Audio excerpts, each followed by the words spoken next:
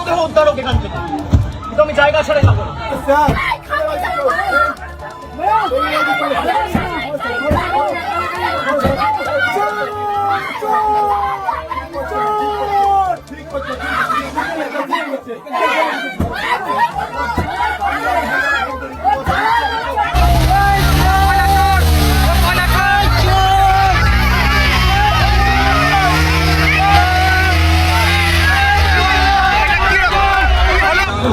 মানে মাথাটা বেঁচে গেছে, খালি আমরা একটা হেলমেট পরেছিলাম।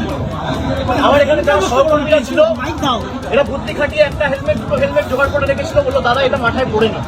আপনি দেখুন আমার জামা কাপড়ের অবস্থা, 15 বছর চশমা ভেঙে দিয়েছে, ঘড়ি টড়ি প্রায় একদম ছিঁড়ে সব ছিঁড়ে দিয়েছে।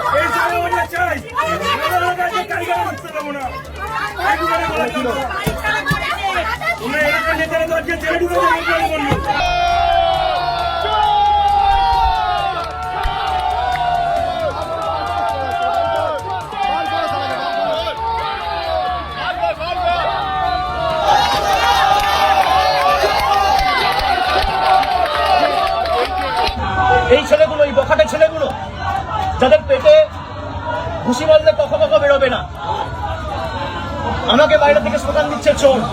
আর বাংলার বর্তমান মুখ্যমন্ত্রীকে নির্লজ্জ দোকান কাটার মতো হাত বার করে টিভির পর্দায় 5 লক্ষ টাকা ঘুষ নিতে দেখা গেছে। বাংলার কোন মুখ্যমন্ত্রীকে টিভির পর্দায় আজ পর্যন্ত স্বাধীনতার পর এইভাবে নির্লজ্জভাবে কেউ টাকা নিতে দেখেনি। একমাত্র এই বিজেপির মুখ্যমন্ত্রী বর্তমানে যিনি চুরি করে মুখ্যমন্ত্রী হয়েছে, যার মাথার উপরে হামলা কেন? আপনাদের উপরে হামলা অনেক বছর ধরে ভেতরে চিন্তা ছিল, এখন পোকা যাচ্ছে। কত বাড়ি হয়েছে, ঘর বাড়ি কি করে হলো? একটা 17 জায়গা কি করে ঘর বাড়ি হলো? আমরা গরিব মানুষ ট্রেনে গান করি, আমাদের তো ইনকাম নেই, এখন টেলে গান গাইতে পারছি না নতুন সরকার এসছে। যাই হোক, অভিষেক ব্যানার্জি এই যে এত সুন্দর কাদা পাড়িয়ে রাস্তা দিয়ে এলো, আমাদের এই রাস্তা পর্যন্ত ঠিক করে দেয়নি, সেই কাদা পর্যন্ত খেয়ে নিয়েছে। একজন মারা গেছে টিএমসি ছেলে, তার বাড়িতে এসে সম্বোধনা দিতে, তাহলে আপনার মার কাছে কতবার গেছিল? আমরা আজকে জিজ্ঞেস করবো, আপনার মার কাছে কতবার গেছিল? আমাদের চেক করবে যে আগের মন্ত্রীগুলো, হ্যাঁ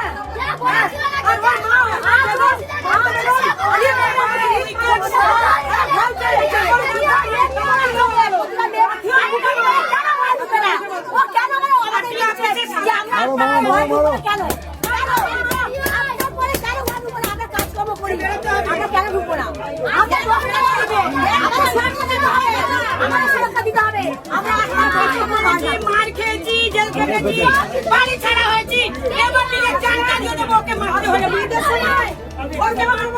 এতদিন জেল খেটেছি, যদি ওকে মেরে আবার জেল খাটি, আমি সাথ করবো, আমি সাথ করবো।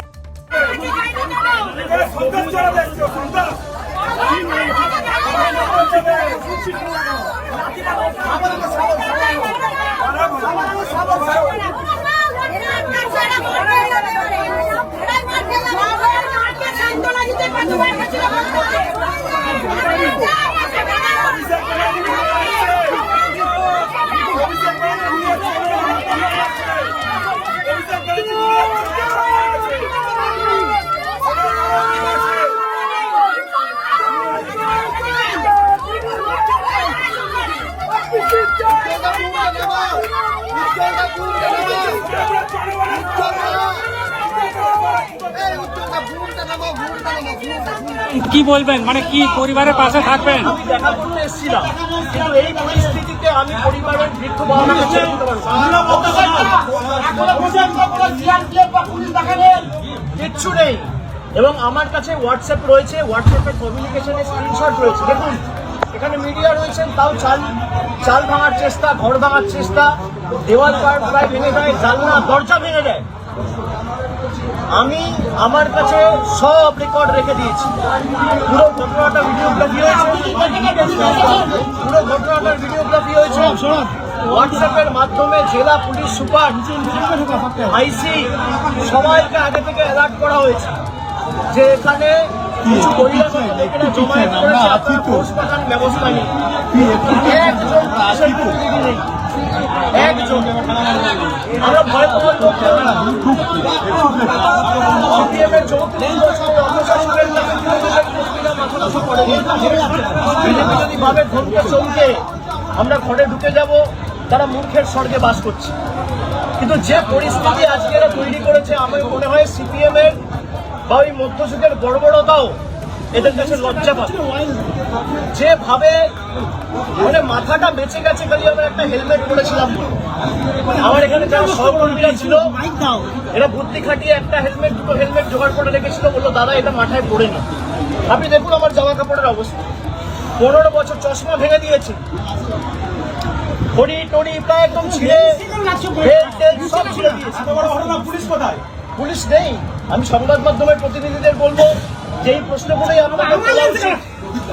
আমি এখন যেভাবে এসছি আমি একইভাবে বেরিয়ে যেতে পারি, কিন্তু আমি হয়তো বেরিয়ে গেলাম, এই যে সঞ্জুর বৃদ্ধ বাবা মা, তার উপর তো চড়াও হবে এই ছেলেগুলো, এই বখাটে ছেলেগুলো, যাদের পেটে ঘুষি মারলে কখো বেরোবে না। আমাকে বাইরে থেকে স্লোগান দিচ্ছে চোর, আর বাংলার বর্তমান মুখ্যমন্ত্রীকে নির্লজ্জ দোকান কাটার মতো হাত বার করে টিভির পর্দায় 5 লক্ষ টাকা ঘুষ নিতে দেখা গেছে। বাংলার কোন মুখ্যমন্ত্রীকে টিভির পর্দায় আজ পর্যন্ত স্বাধীনতার পর এইভাবে নির্লজ্জভাবে কেউ টাকা নিতে দেখেনি। একমাত্র এই বিজেপির মুখ্যমন্ত্রী বর্তমানে যিনি চুরি করে মুখ্যমন্ত্রী হয়েছে, যার মাথার উপর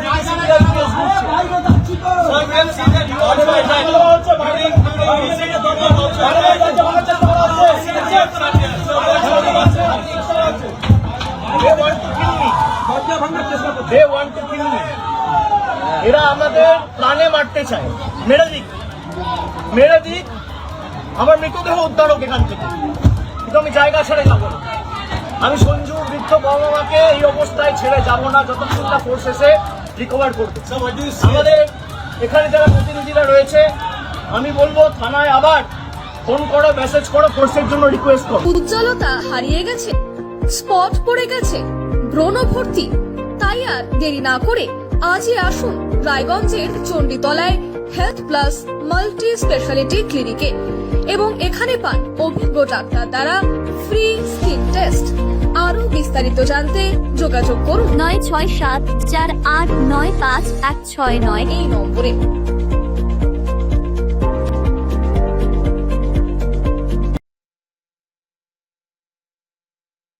আজ তোমার বিয়ে সাজলো নতুন সাজে,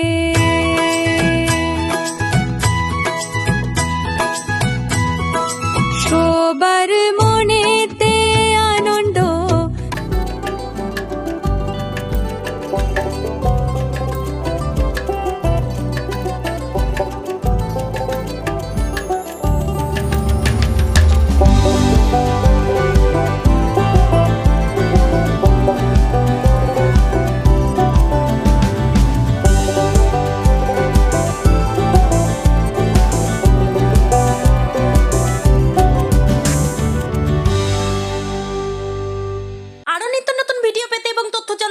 ফেসবুক পেজকে লাইক ও ফলো করে রাখুন, সেই সঙ্গে টাইমস 14 বাংলার ইউটিউব চ্যানেলকে সাবস্ক্রাইব